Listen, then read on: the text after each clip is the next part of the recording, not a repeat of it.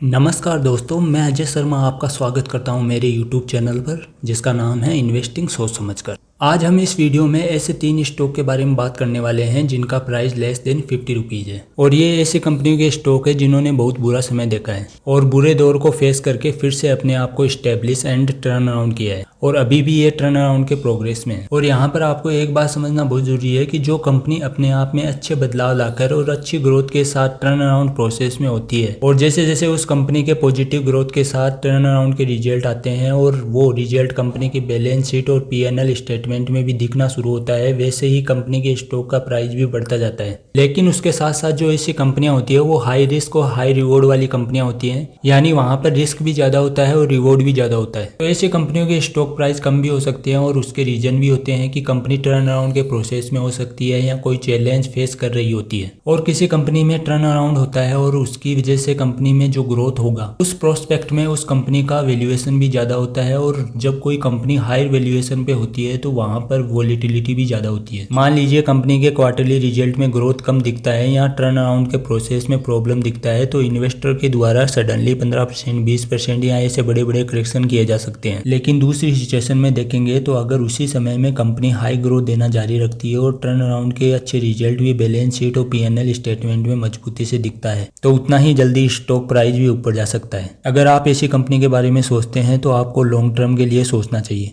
क्योंकि अगर कंपनी के टर्न अराउंड सस्टेनेबल होता है और कंपनी लगातार अच्छा ग्रोथ करती है तो ऐसी कंपनी किसी के भी पोर्टफोलियो को स्ट्रॉन्ग बनाने में अच्छा कंट्रीब्यूट कर सकती है। तो अभी हम ऐसी 3 कंपनियों के बारे में डिस्कस करेंगे ताकि जब आप अपना खुद का एनालिसिस करें तो ये जानकारी आपकी मदद कर सकती है। और हाँ, अभी हम जो 3 कंपनियों को डिस्कस करने वाले हैं वो किसी भी तरीके का इन्वेस्टमेंट रिकमेंडेशन या एडवाइस नहीं है। ये सिर्फ learning point of view purpose के लिए है और अगर आपको इन्वेस्टमेंट एडवाइस लेना है तो आपको सिर्फ एक सेबी रजिस्टर्ड एडवाइजर से ही इन्वेस्टमेंट एडवाइस लेनी चाहिए। तो हमारी फर्स्ट कंपनी है वो है ट्राइडेंट। प्रेजेंटली इस स्टॉक का प्राइस है वो है अराउंड 38 रुपीज़ के आसपास है। इसके बिजनेस की बात करें तो इस कंपनी का बिजनेस पेपर, टेक्सटाइल आदि में ये कंपनी काम करते हुए देखने को मिल जाती है। इस कंपनी का 80% रेवेन्यू टेक्सटाइल सेगमेंट से आता है और बचा हुआ 20% रेवेन्यू पेपर सेगमेंट से आता है। फाइनेंशियल ईयर 2023 में 51% रेवेन्यू एक्सपोर्ट से आया है और लेकिन एक्चुअली ये थोड़ा कम है क्योंकि फाइनेंशियल ईयर 2022 में एक्सपोर्ट से जो रेवेन्यू था वो 66% था और इंडिया से जो रेवेन्यू था वो 34% था। और इवन ये बहुत बड़ा रीजन था जिसकी वजह से ट्राइडेंट स्टॉक लगभग 40% गिरा। ऐसा क्यों हुआ था? इसके 2 मेजर रीजन है। फर्स्ट रीजन ये है कि इम्पोर्ट और एक्सपोर्ट पॉलिसी चेंज होने की वजह से बांग्लादेश और चाइना से टेक्सटाइल और गारमेंट्स इम्पोर्ट करना ज़्यादा चीपर हो गया था। और सेकेंड रीजन यह था कि ट्राइडेंट अपने हाई मार्जिन प्रोडक्ट को USA और UK कंट्रीज को एक्सपोर्ट करता है और अभी उनका इकोनॉमी उतना ज़्यादा अच्छा ना करने की वजह से और वहाँ पर महंगाई बहुत ज़्यादा बढ़ने की वजह से उन कंट्रीज में एक्सपोर्ट कम होता हुआ दिखा है। ये मेजर रीजन है कि इनका नेट प्रॉफिट भी घटता हुआ दिखाई देता है। आप देख सकते हो मार्च 2022 में जहाँ नेट प्रॉफिट 834 करोड़ था वो घटकर मार्च 2023 तक 442 करोड़ हो गया है और मार्च 2024 तक 350 करोड़ रह गया है। और कंपनी के फंडामेंटल की बात करें तो कंपनी के पास 3800 करोड़ की रिजर्व देखने को मिल जाते हैं। कंपनी का ब्रोइंग भी 2000 करोड़ के आसपास है जो ज़्यादा देखने को मिल रहा है और कंपनी का नेट कैश फ्लो भी नेगेटिव देखने को मिल रहा है। और कंपनी ने मार्च 2023 तक की सेल्स के कंपैरिजन में मार्च 2024 तक की सेल्स को इंक्रीज किया है। और ये एक अच्छी बात देखने को मिल रही है कि कंपनी की मार्च 2023 तक की सेल्स के कंपैरिजन में मार्च 2024 तक की सेल्स में इंक्रीज देखने को मिल जाता है। तो कंपनी अपनी सेल्स को तो इंक्रीज कर रही है लेकिन कंपनी का प्रॉफिट इंक्रीज नहीं हो रहा है और ये एक नेगेटिव साइन है। और कंपनी का मार्केट कैप 19,000 करोड़ के आसपास है और कंपनी का कैपिटल एम्प्लॉयमेंट 10 के आसपास है और रिटर्न ऑन इक्विटी 8 के आसपास देखने को मिलता है, जो कि उतना अच्छा नहीं है। और इसका रीजन भी मैं आपको बता चुका हूँ, जो कि इनके वीक फाइनेंशियल है। हालांकि इनका डेट टू इक्विटी रेशियो 0.4 है जो कि अच्छा माना जाता है। लेकिन ट्राइडेंट का OPM 2021 में 20% से भी ऊपर रहता था वो मार्च 2024 में 12% के आसपास आ गया है, यानी ट्राइडेंट का प्रॉफिट मार्जिन कम हुआ है। लेकिन कंपनी के डेटर्स डेज इंक्रीज हुए हैं, इन्वेंट्री डेज भी इंक्रीज हुए हैं और कैश कन्वर्जन साइकिल में भी बढ़ोतरी देखने को मिल जाती है, जो कि एक गुड साइन देखने को मिलता है। और शेयर होल्डिंग पैटर्न की बात करें तो प्रमोटर्स के पास 73% के आसपास होल्डिंग है और इससे पता चलता है कि प्रमोटर्स को अपनी कंपनी पर पूरा ट्रस्ट है, जो कि एक अच्छी बात देखने को मिल रही है। और FIRs के पास 2.5% के आसपास होल्डिंग है, DIs के पास 0.05% होल्डिंग है, पब्लिक के पास 22% के आसपास होल्डिंग देखने को मिल रहा है। तो किसी भी कंपनी में FIRs और DIs के कंपैरिजन में पब्लिक के पास शेयर होल्डिंग ज्यादा हो तो इसे अच्छा नहीं माना जाता है। लेकिन यहाँ पर सबसे ज़्यादा शेयर होल्डिंग प्रमोटर्स के पास है, जो कि एक पॉजिटिव फैक्टर है, क्योंकि जनरली अगर प्रमोटर्स का ट्रस्ट कंपनी पर ज़्यादा होता है तो उनका होल्डिंग भी ऐसी कंपनी में ज़्यादा होता है, क्योंकि प्रमोटर्स ऐसी कंपनी के लिए कॉन्फिडेंट रहते हैं, इसलिए वो सेल्स को इंक्रीज करने के लिए फोर्स करते हैं और कैपिटल रेस करते हैं। एंड सेकेंड स्टॉक की बात करेंगे दोस्तों, जिसका नाम है येस बैंक। रिसेंटली इस स्टॉक का प्राइस है वो अराउंड 25 रुपीज़ के आसपास है और सभी को पता है कि एक टाइम ऐसा आ गया था जब येस बैंक अपने ऑल टाइम हाई यानी 400 रुपीज़ के आसपास ट्रेड कर रहा था और फिर ये स्टॉक वहां से ऐसा गिरा कि गिरते गिरते 10 रुपीज़ का लेवल भी हमें देखने को मिला। लेकिन फिर इस बैंक में पॉजिटिव चेंजिंग हुए और मैनेजमेंट भी चेंज हुआ। SBI ने अपना मैनेजमेंट येस बैंक में बिठाया और उसके बाद कंपनी में टर्न अराउंड होना शुरू हुआ और उस टर्न अराउंड के रिजल्ट के कारण ही अभी हमें ये स्टॉक 25 रुपीज़ पर ट्रेड करने को मिल रहा है। और टर्न अराउंड की बात करें तो येस बैंक के टर्न अराउंड के पॉजिटिव रिजल्ट हमें येस बैंक के प्रॉफिट एंड लॉस स्टेटमेंट में भी देखने को मिल जाता है, क्योंकि 2021 में कंपनी बड़े बड़े लॉसेस कर रही थी, वहीं पे 2022 में कंपनी ने कंटिन्यू प्रॉफिट दिखाया है और मार्च 2024 में कंपनी के क्वार्टरली रिजल्ट भी पॉजिटिव आए हैं और प्रॉफिट भी इंक्रीज होते हुए देखने को मिल जाता है। और लास्ट 4 क्वार्टर का रिजल्ट देखेंगे तो कंपनी का रेवेन्यू भी यहाँ पर इंक्रीज होते हुए मार्च 2024 में ऑलमोस्ट 7,500 करोड़ के आसपास देखने को मिल जाता है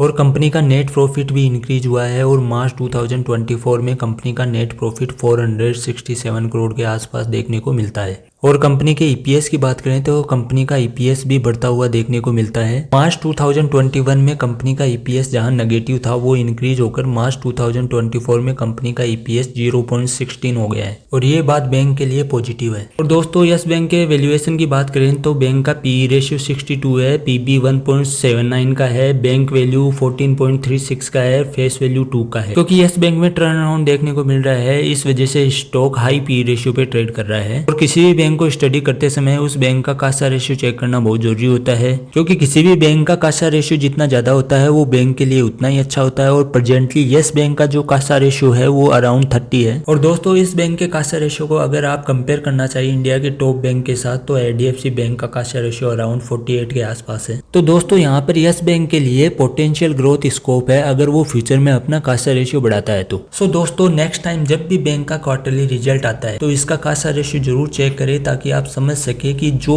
टर्न अराउंड प्रोसेस जो येस बैंक में चल रहा है उसका प्रोग्रेस कैसा हो रहा है। तो दोस्तों येस बैंक के शेयर होल्डिंग पैटर्न की बात करें तो FIRs के पास अराउंड 28% के आसपास शेयर होल्डिंग देखने को मिल जाता है। FIRs ने लगभग 6% के आसपास शेयर होल्डिंग को इंक्रीज किया है। DIs के पास 38% के आसपास शेयर होल्डिंग है, इन्होंने 3% होल्डिंग को कम किया है। और बात करें पब्लिक की तो दोस्तों पब्लिक के पास अराउंड 33% के आसपास शेयर होल्डिंग देखने को मिल जाता है और पब्लिक ने 3% के आसपास शेयर होल्डिंग को कम किया है। सो ये अच्छी बात देखने को मिल जाती है। दोस्तों नेक्स्ट कंपनी की बात करेंगे जिसका नाम है जयप्रकाश पावर वेंचर लिमिटेड या JP पावर, जिसका स्टॉक प्राइस अराउंड 18 रुपीज़ के आसपास है। एक समय था जब इस स्टॉक का प्राइस 10 रुपीज़ से भी कम था और ये कंपनी भी टर्न अराउंड प्रोसेस में है, क्योंकि कंपनी अपने डेट्स को लगातार रिड्यूस कर रही है। आप देखोगे तो कंपनी का ब्रोविंग 2022 में अराउंड 5,000 करोड़ के आसपास था, जो घटकर 2024 में अराउंड 4,200 करोड़ के आसपास आ गया है। और कंपनी के पास कैश इक्विवेलेंट्स भी 950 करोड़ के आसपास देखने को मिल जाता है।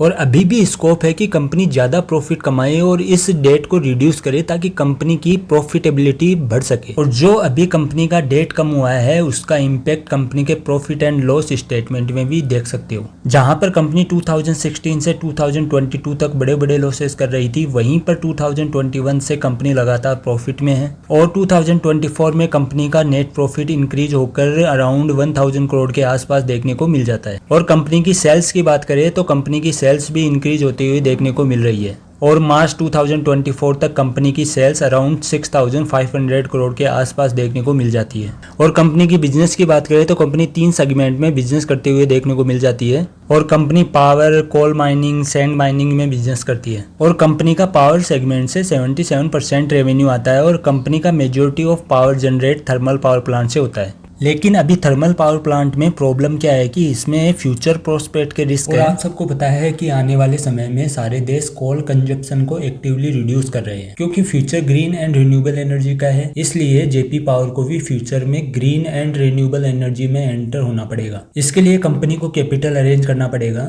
लेकिन अभी कोई भी इस कंपनी को ग्रीन एंड रिन्यूएबल एनर्जी के लिए एडिशनल कैपिटल दे, इसके चांसेस कम है। लेकिन हाँ, अगर ये हो सकता है कि आगे चलकर कंपनी बहुत बेहतरीन प्रॉफिट मार्जिन दे और एक स्टेब्लिश कंपनी बने, तो हो सकता है कि उस टाइम कंपनी को और भी ज्यादा लोन मिले तो इसे ग्रीन एंड रिन्यूएबल एनर्जी में एक्सपेंड कर सकती है। लेकिन समय को देखते हुए ये थोड़ा चैलेंजिंग है। तो उसके बाद इस कंपनी का शेयर होल्डिंग पैटर्न देखे तो प्रोमोटर्स के पास 24% शेयर होल्डिंग है। FIRs ने अपने शेयर होल्डिंग पैटर्न को लास्ट 4 क्वार्टर में 1.36% से इंक्रीज किया है। और FIRs का शेयर होल्डिंग पैटर्न अराउंड 6% के आसपास है। लास्ट 4 क्वार्टर में DIS ने भी अपना 3% होल्डिंग बेचा है, इसलिए उनका शेयर होल्डिंग अराउंड 18% के आसपास है। और पब्लिक ने अराउंड 2% के आसपास होल्डिंग खरीदा है। और ये बात इन्वेस्टर्स के लिए अच्छा नहीं है, क्योंकि यहाँ पर छोटे इन्वेस्टर बड़े इन्वेस्टर से खरीद रहा है। और पब्लिक का शेयर होल्डिंग अराउंड 51% के आसपास है, जो बहुत ज़्यादा है और ये भी एक नेगेटिव पॉइंट है। सो दोस्तों, आज का वीडियो यहीं पे समाप्त करते हैं। वीडियो अच्छा लगा हो तो लाइक करिएगा, शेयर करिएगा और प्लीज़ सब्सक्राइब कर लीजिएगा। Thank you.